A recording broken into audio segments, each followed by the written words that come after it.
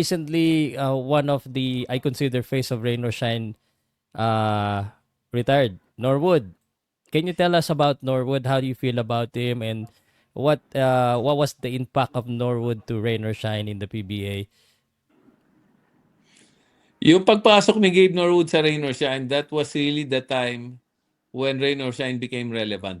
No? Halos-halos Wow. sabay yan. No? Pagpasok ni Norwood, he was the number one pick. I was not there yet. It was Coach Kaloy. But after 2 years, I came in. And then, yun nga, I started my association with Gabe. And he's not only a great player, he's a great human being. He's a great father. No, he's a great husband. So I'm happy for him. At the same time, I'm sad because I no longer see him every day in practice. Araw-araw nandiyan yan, makikita mo ngayon. Minsan, pagdating mo sa practice, nasa isip mo, makikita mo pa rin si Gabe. Pero pagka lumingon ka, makikita mo wala na siya. Doon lang marirealize mo, nga pala, nag-retire, nag-retire na pala si Gabe, no?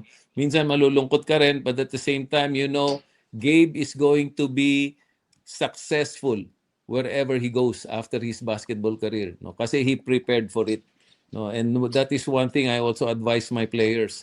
The first time you sign your contract as a pro, you prepare for your retirement because you don't really know how long you're playing. Gabe was lucky to play 17 years Wow. for one franchise. Very very rare Wow. Yes. na may ganon, no? So Mhm. incredible character, incredible loyalty, no, that Gabe showed us. Ang ano lang namin, disappointment lang namin. We were trying to win a championship for Gabe, we could not give it to him. No, so sabi namin baka sa future manalo kami, i-dedicate na lang namin kay Gabe.